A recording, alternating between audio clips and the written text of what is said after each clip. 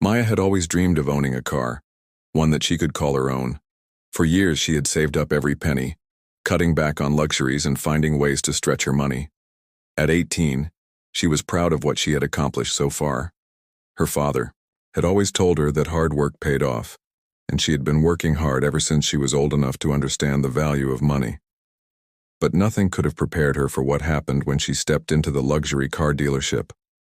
It was a bright Saturday morning when she decided to make her way to the dealership. The sun was shining, and Maya felt a sense of excitement as she walked through the polished glass doors. She was ready. She had already done her research, and she knew which car she wanted. The showroom was filled with sleek, expensive models, sports, cars, luxury sedans, and shiny new SUVs. It was every car lover's dream.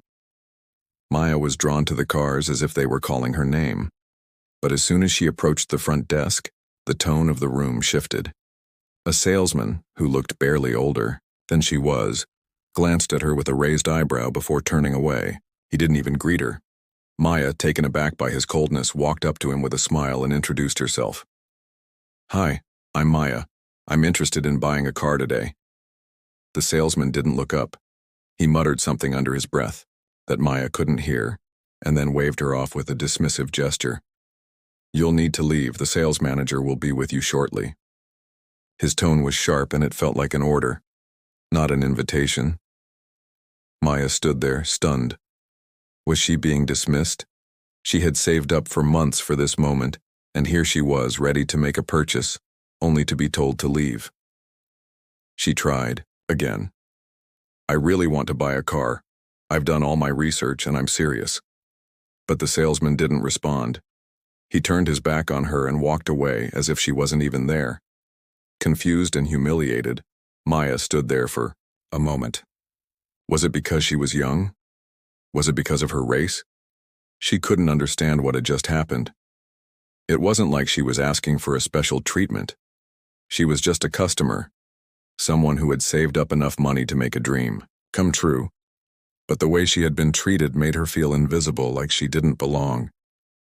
Maya took a deep breath, trying to hold back the tears that threatened to rise. She had never been treated like this before, and it was crushing.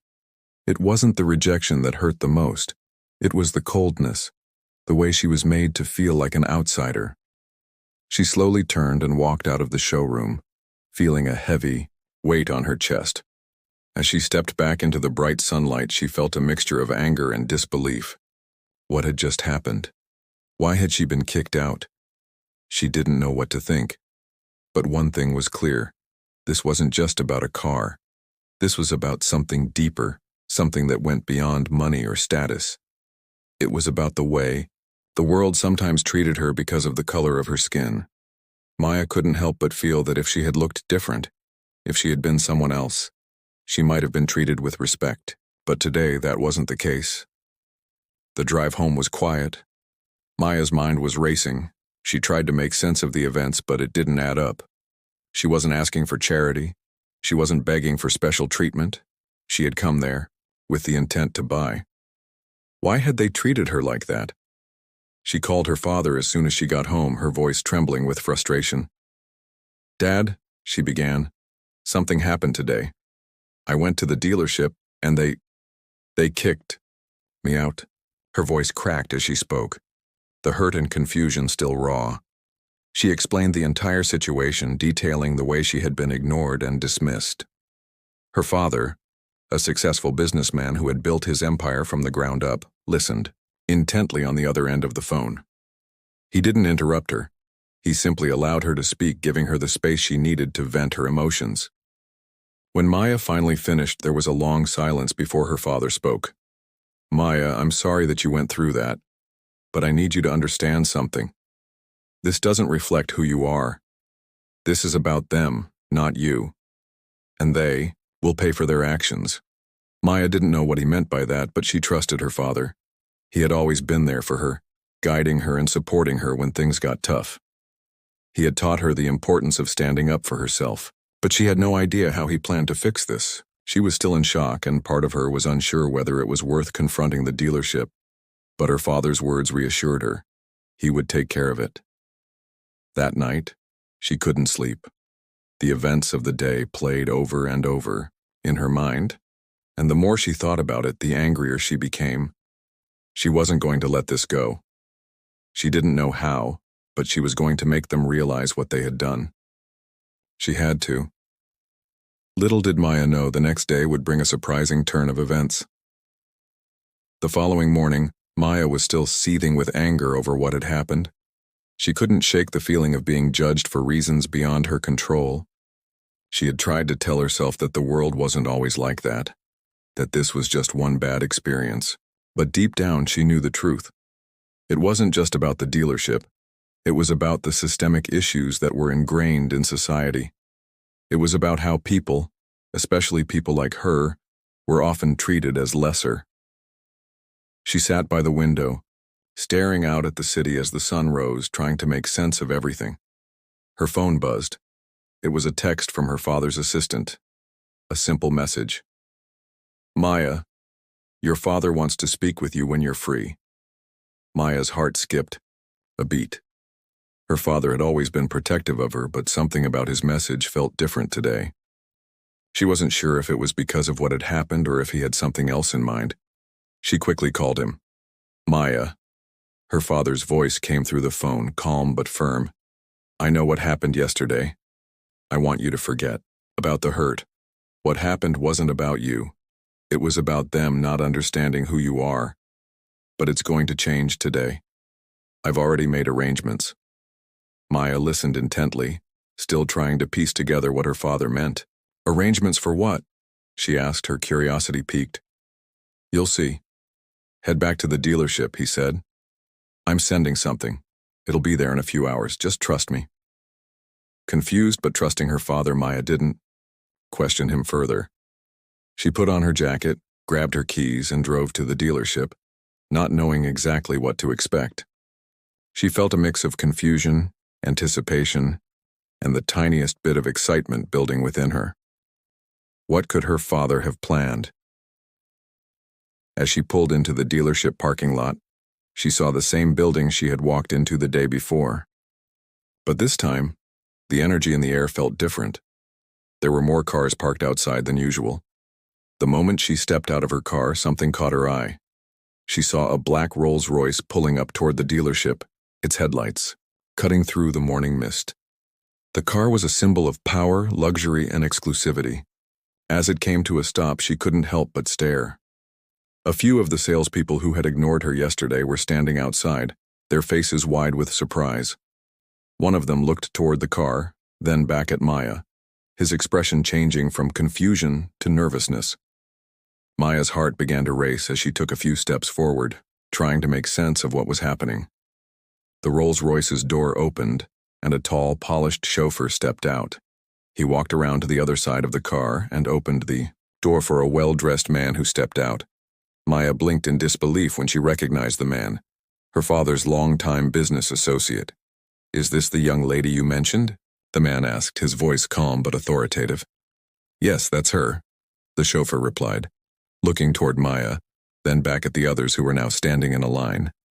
Suddenly, the salespeople, who had once treated her like an afterthought, were rushing toward her. Their smiles were wide, their voices trembling with false cheerfulness. They introduced themselves in a frenzy, offering apologies that felt empty. It was clear that they had been caught off guard by the arrival of such a prestigious vehicle. Maya felt both empowered and slightly uncomfortable. This wasn't the way she wanted to be treated. This wasn't what she had hoped for when she dreamed of buying her first car. She hadn't come here for handouts or special treatment. But she couldn't deny the truth either. The sight of the Rolls-Royce and the sudden change in the dealership's attitude felt like a pointed message. What's going on? Maya asked, looking between the salespeople and the Rolls-Royce, still unsure of what had just unfolded. Her father's business associate, now standing beside her, leaned in with a smile. It's simple. When you were here yesterday, you were treated like an outsider. Today they realize you aren't just anyone. Your father is someone they should have paid attention to, and now they know. Maya didn't know whether to feel happy or uncomfortable. The dealership had clearly been humbled by the appearance of her father's luxury car and his connections.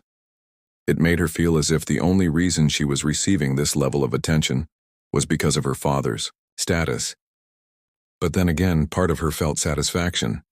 She had been treated poorly, and now they were paying the price for it. In a way, it was poetic justice. As she walked inside, the salespeople swarmed her. They offered her coffee, handed her brochures, and promised her the best deals. They tried to make up for the disrespect they had shown her the day before. Maya felt awkward, but she couldn't deny that this situation gave her a feeling of power she had never experienced before. She didn't want to use her father's wealth to get what she wanted, but it was clear that without it, the dealership would have likely continued to treat her like she didn't matter. The reality was harsh. She had seen the way they treated her because of her appearance, her race, and the way society viewed her, and now, with her father's power and wealth as her shield, they were willing to do anything to make things right. But Maya knew this wasn't the end of her journey. This moment, this awkward power play, had opened her eyes. It wasn't just about getting the car she wanted. It was about understanding the ugly truths that people often ignored, the way privilege and money affected the way people were treated. She wasn't sure what would happen next, but she knew one thing. She wasn't going to let this define her. She was more than the sum of her circumstances, and one day people would see her for who she truly was, not for her father's wealth or her skin color. The atmosphere inside the dealership was now a stark contrast to the cold reception Maya had faced the day before. The air was thick with tension, but this time it wasn't directed at her. It was directed at the salespeople who had, just hours ago, dismissed her without a second thought. Maya couldn't help but notice how they scrambled to regain favor, their eyes nervously darting between her and the luxury cars they were now practically pushing her toward. One of the sales managers, who had seemed so aloof yesterday, practically tripped over himself trying to greet Maya. His words were smooth, overly polite, but there was an underlying urgency in his voice. "Miss, we're so sorry for the misunderstanding. We truly didn't mean to offend you. If you're still interested in buying, we can offer you our best deals. We have some exclusive models that are perfect for someone of your taste." He gestured toward a row of expensive cars, but Maya didn't even glance at them. She could see right through him. His sudden shift from indifference to fawning was too obvious, but Maya didn't care about the cars or the salesman's flattery. She wasn't here to be treated like some prized customer. She was here because this experience had opened her eyes. As the sales manager babbled on about features and discounts, Maya tuned him out. Her thoughts were elsewhere, swirling around the deeper issue she had just uncovered. It wasn't about the car. It had never been about the car. Her gaze drifted to the window, where the black Rolls-Royce sat, gleaming in the sunlight like a monument to power. It wasn't just any car. It was a symbol, one that Maya had never thought much about before. To her, it had always been just another luxury item, a piece of metal and leather for the rich to flaunt. But now, as she stood there in the dealership, watching the salespeople scramble for her attention, she realized something profound. The way people treated her had changed, not because of who she was, but because of what her father represented. It wasn't about her hard work or her dreams. It wasn't about her capability or her potential. It was about the fact that her father's wealth could open doors that she couldn't even begin to fathom. And that stung. For the first time, Maya understood the harsh truth about society's perception of power. She had always believed that, if she worked hard enough, if she proved herself, she could rise above the obstacles that stood in her way. But now she saw that the world didn't always reward effort. Sometimes, it rewarded connections and status, things that she had no control over. The coldness she had experienced the day before was no accident. It was a reflection of the systemic biases that ran deeper than any one interaction. Just as Maya was lost in thought, the door to the showroom opened again. This time, it wasn't another salesman. It was the manager of the dealership, a man who had been watching from the back. He walked toward her with purpose, his face unreadable. Maya straightened up, her stance firm. She had been through enough. "Miss," he said, his voice low but respectful, I wanted to personally apologize for the way you were treated yesterday. I understand that we've made a mistake, and I assure you, it will never happen again. We've taken your concerns to heart." Maya studied him for a moment, her eyes narrowing. She could sense the sincerity in his voice, but the sting of yesterday's treatment was still fresh. "I don't want your apologies," she said quietly, her voice steady but firm. "I want respect. I want to be treated like a customer, not like, I don't belong here." The manager seemed taken aback by her response, but Maya wasn't finished. "I know what happened here yesterday, and I'm sure you do too. I was ignored, dismissed, and made to feel invisible, all because of how I look. But today, I'm not just here to buy a car. I'm here to make sure that no one else is ever treated that way again." The room was silent. The salespeople who had been hovering around her shifted uncomfortably. Maya could see their eyes flicker between her and the manager, waiting for his reaction. The manager took a deep breath, his face softening. "I'm sorry," he said again, but this time there was a different weight to his words. "You're absolutely right. This is a learning moment for all of us. I assure you we will do better. Your concerns have been heard, and we'll take steps to ensure this never happens again." Maya didn't know if the apology was genuine or if it was just an attempt to salvage their reputation. But it didn't matter. She wasn't there for them. She wasn't there for their apologies or their promises. She was there for herself. And in that moment, she realized she had already won. The dealership had acknowledged their wrongs, but Maya had learned something far more important. Her value wasn't determined by how others saw her, but by how she saw herself. She smiled softly, nodding once. "Thank you," she said simply before turning to leave. She didn't need to buy a car from them. She didn't need anything from them. What mattered was that she had walked in, stood her ground, and demanded respect. And that was a victory in itself. As she walked out of the showroom and toward her father's Rolls-Royce, she felt a weight lift off her shoulders.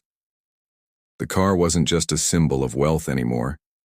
It was a reminder of how far she had come, how much she had grown, and how much more she was capable of. And as she slid into the passenger seat, ready to drive away, she knew this wasn't the end of her journey. It was only the beginning.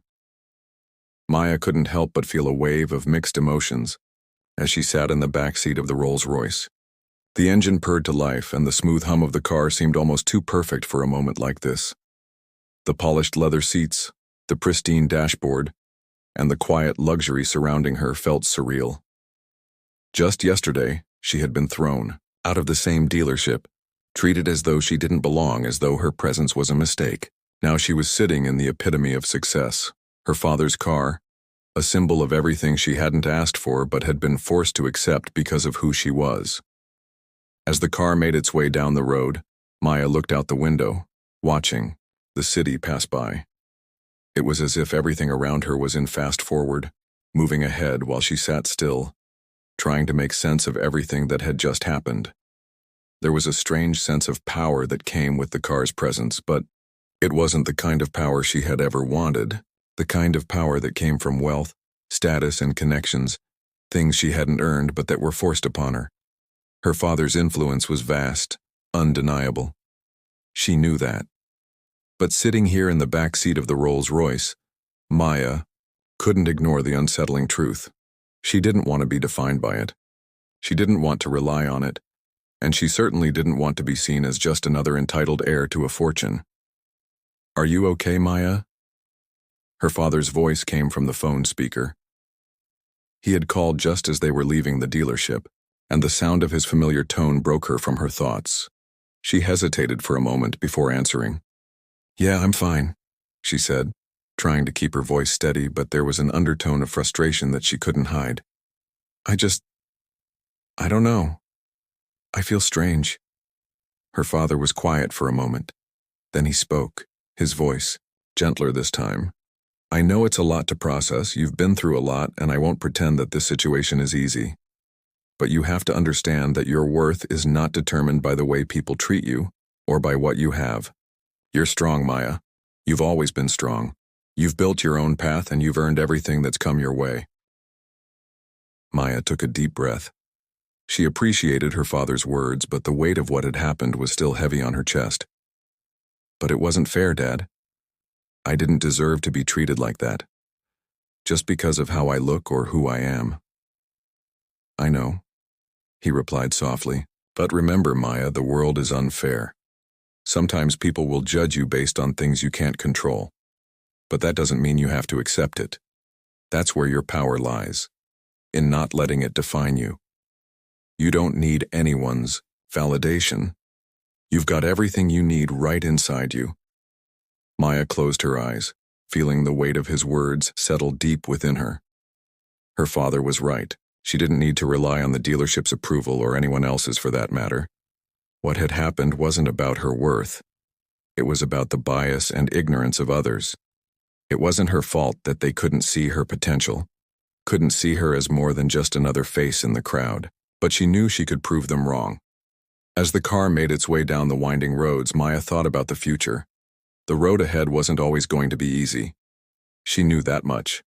There would be more obstacles, more judgments, more moments where people would try to make her feel small, insignificant. But she was done letting them.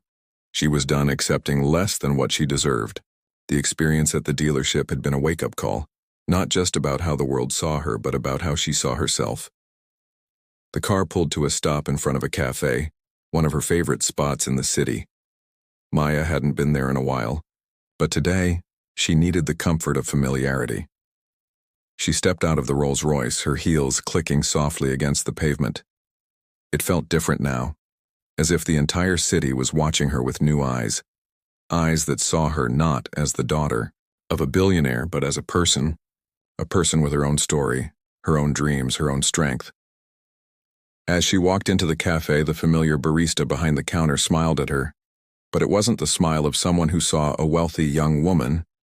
No, it was a smile of someone who saw a regular customer, a young woman who had a life outside of the wealth and privilege she was born into. Maya smiled back, feeling a small sense of normalcy wash over her. This was who she was. This was who she wanted to be. The barista handed her a coffee, and as she took the cup, Maya felt something shift within her. She wasn't going to let the world define her by her father's wealth or by how others viewed her. She was going to define herself by her actions, her heart, and her choices. That was the kind of power she could control. As she sat down at her usual spot by the window, the morning light filtering through the cafe, Maya couldn't help but feel a sense of peace. The journey wasn't over yet, but it had only just begun. She knew she had the strength to face whatever came next, and this time, she wasn't going to do it for anyone else. She was going to do it for her. The next few days after the dealership incident felt like a blur to Maya. It was as if she had been living in two worlds.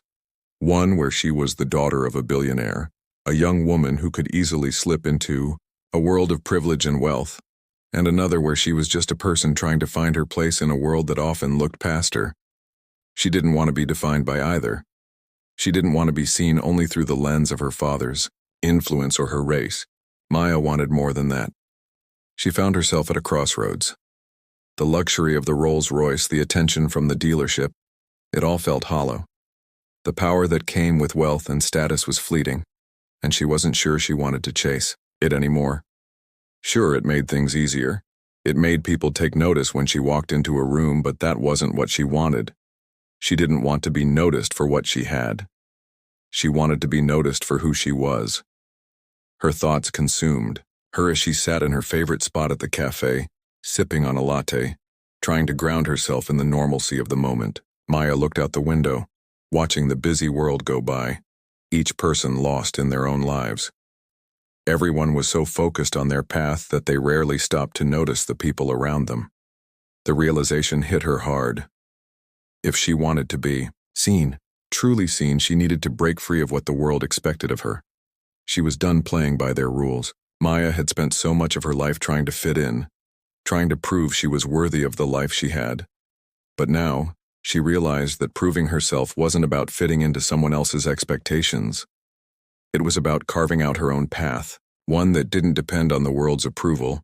As she sat there, lost in her thoughts, her phone buzzed. It was a text from her father's assistant. "Your father wants to speak with you. It's important." Maya's heart skipped a beat. Her father's messages were usually reserved for business matters, and this felt different. She quickly dialed his number. "Maya," her father answered, his voice steady but filled with purpose. "I need you to meet me. I'm at the office and there's something I want to discuss with you." Maya agreed to meet him, still unsure what he could want. She wasn't looking for more power or more wealth. She just wanted answers. What was her father trying to teach her? How could she take control of her life without using the tools he had built for her? The drive to his office was different this time. The luxury of the car didn't impress her anymore. She wasn't focused on the polished exterior or the fast-paced streets she passed. She was focused on what was ahead, on the conversation that was about to unfold. When she arrived at her father's office, his assistant greeted her and led her inside. Her father stood by the window, his back to her as he looked out over the city. There was a certain weight in his presence, an unspoken strength that radiated through the room. When he turned to face her, his expression was serious, yet there was warmth in his eyes. "Maya, come in," he said, gesturing to the seat across from him. She sat down, folding her hands in her lap, waiting for him to speak. "I've been watching you," her father began, his voice thoughtful. "Watching how you've handled everything that's come your way, how you've faced the challenges, how you've grown. And I have to say, I'm proud of you. But there's something more I want to tell you." Maya leaned in, her curiosity piqued. She had always known that her father had big plans for her, but this felt different. This wasn't about business or money. This was about something deeper, something that went beyond success. "I want to teach you something," her father continued. "The world doesn't owe you anything. People will try to place limits on you, tell you where you can go and where you can't. They'll tell you how much you're worth based on how much money you have or the color of your skin. But I'm here to tell you that your true power lies in your ability to reject those limitations. You are not defined by what people think you are. You are defined by what you choose to become." Maya listened intently, absorbing every word. It wasn't just about money, and it wasn't about using his wealth to get ahead. It was about finding her own power, her own voice, and using it to break free of the constraints the world placed on her. Her father paused, looking at her with a piercing gaze. "I've given you everything I can, Maya. But now it's time for you to take control. You don't need my wealth. You don't need anyone's validation. You have everything you need to create the life you want, but it's up to you to decide what that looks like." For the first time, Maya felt a shift in her perspective. Her father wasn't telling her to follow in his footsteps or to live the life he had built. He was telling her to create her own path, to build something that was uniquely hers. The power to do that was in her hands. As she left his office later that afternoon, Maya felt a sense of clarity wash over her. She didn't need the dealership or the Rolls-Royce. She didn't need the world to recognize her based on who her father was or how much money she had. She just needed to believe in herself, to trust that she had the strength to carve out her own future. The next morning, she woke up with a new sense of purpose. She didn't know exactly what the future held, but she was ready to face it. The journey wouldn't be easy, but she was determined to make it her own.